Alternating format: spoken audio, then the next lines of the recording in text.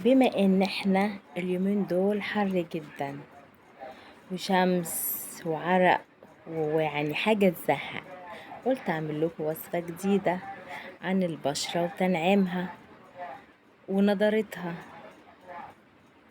ايه بقى؟ المفروض بقى نشرب مية كتير عشان الحر اللي احنا فيه، والبشرة اسمرت وغمقت من كتر الشمس. فنعمل ايه بقى؟